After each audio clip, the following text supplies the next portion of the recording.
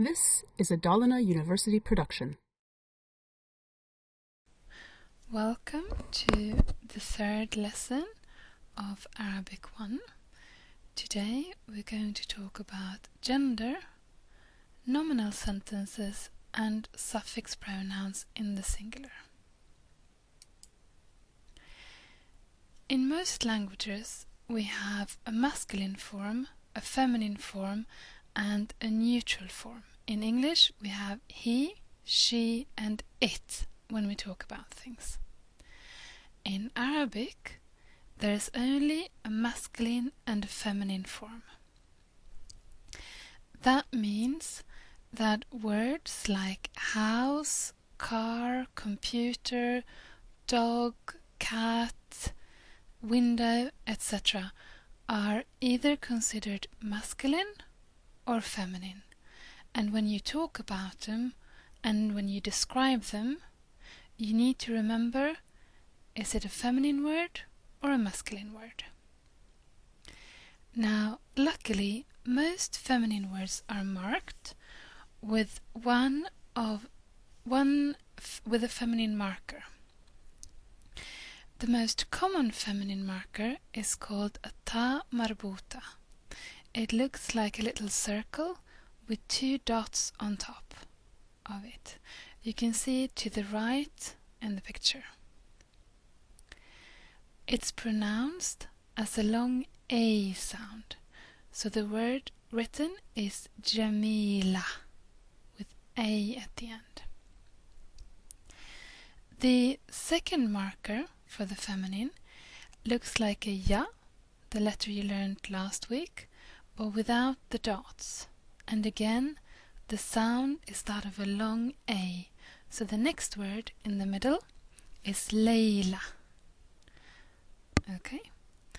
And the last feminine marker, again pronounced as an A, is an alif followed directly by a hamza on the line. And again, the sound is A. So the last letter is hana, with the A sound at the end. And while speaking, that's one of the easiest ways of recognizing the feminine form. It's an A or an E sound at the end of the word.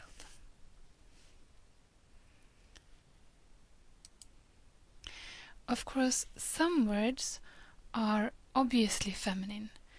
Words for mother, sister, and so on, that can't be a male or masculine. So sometimes, even though the word doesn't carry a feminine marker, you need to use your common sense to decide whether to treat it as a feminine word or a masculine word. However, there are some words, not many, but there are some words that look like masculine words, but they are feminine.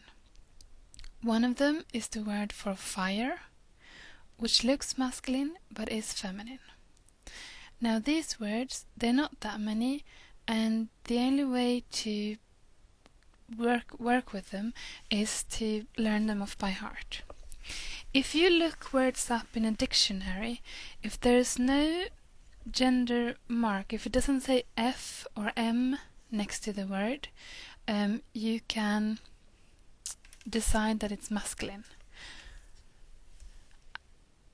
And if the word has a feminine marker, you will redecide and decide that it's a feminine word. Most of the time you will not find these little letters telling you if it's a masculine or a feminine word, but instead you will have to trust your own common sense. For some words, especially for professions and adjectives, you can change the gender by adding this ta marbuta at the end. When speaking, the only difference you hear, it's the A that we talked about before. So the word for a male engineer is muhandis. For a female engineer, it's muhandisa. A male student is called a talib. A female student, a taliba. and a male teacher is called a mudarris, whereas a female teacher is called a mudarrisa. Right? Now you can see, if you look at the screen in front of you, that the only difference in writing in these letters, or these words I should say, are the ta marbuta at the end, the little circle with the 2 dots at the end of the words. This also works with adjectives. If we look at the second line, we have jamil, beautiful if you're describing something masculine, jamila, beautiful if you're describing something feminine, kabir, kabira for big, and karim, describing a male generous person, and karima if you're describing a female generous person.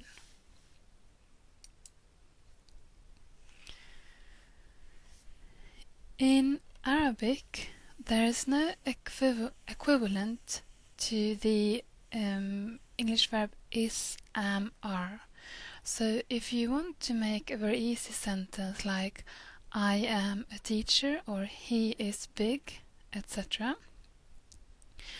the only thing you have to do is to use the pronoun for I and the word that you would like to describe yourself with, or the profession that you would like to tell people that you're working in. So to say I am a teacher, if you're a woman, is simply Ana mudarrisa. Ana for I or me, and mudarrisa for teacher. Now if you're a man, you need to remember to change mudarris back to the masculine form. So I am a teacher for a man would be Ana mudarris. And like I said, it works with all the other pronouns as well. Huwa tabib, he is a doctor. In Arabic, we can't see the is part of the sentence. Hiya tabiba, she is a doctor. Anta muhandis, you masculine are an engineer.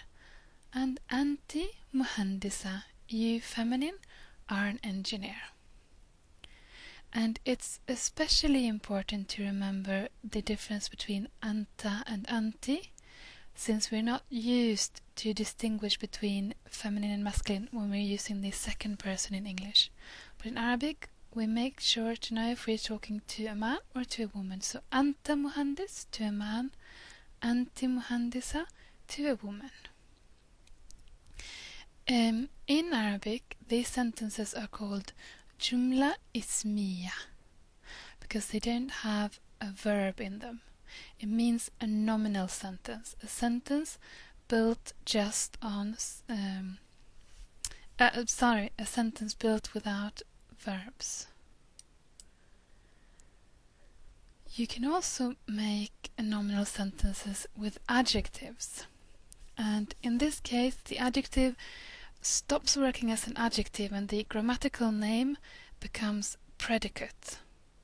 Right? Now, that's not important to remember at the moment. What you have to remember is the gender agreement. Again, if you're talking about a woman, change the adjective to the feminine. If you're talking to a man, make sure it's in the masculine. Hiya najiha, she is successful. Huwa mujtahid, he is hard-working. Anta qasir, you're short. You masculine are short. Anti latifa, you feminine are nice. Instead of pronouns, one can use names. So instead of saying, as we did in the last sentence, hiya tabiba, we can say Khalida tabiba najiha. Khalida is a successful doctor. Mona muhandisa nashita.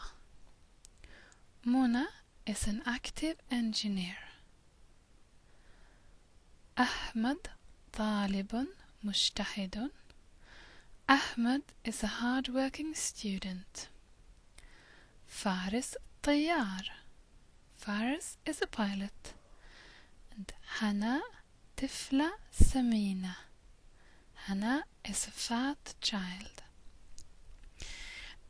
Notice the 3 different feminine endings in the girls' names. Khalida with the ta marbuta, Mona with an alif maksura, and Hana with an alif and hamza at the end. All 3 pronounced A.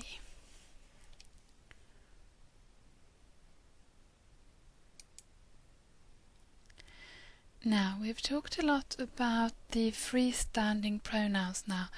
Ana for me, anta and anti for you, and hiya and huwa for she and he.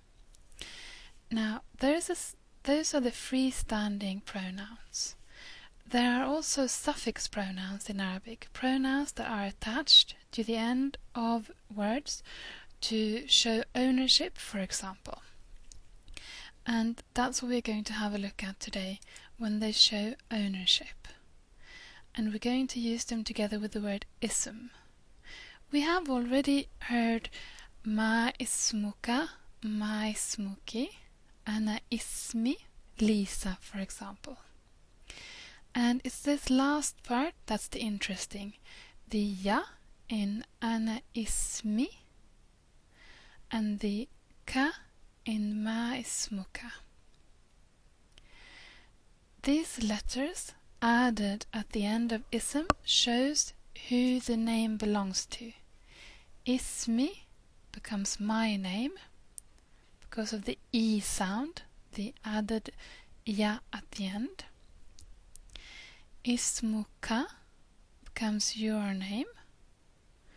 Ismuki, your name if you're talking to a woman. Ismuhu, his name, and ismuha, her name.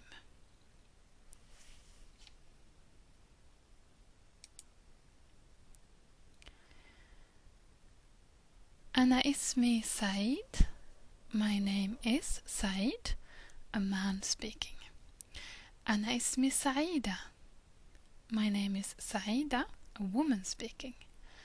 Anta ismuka Khalid.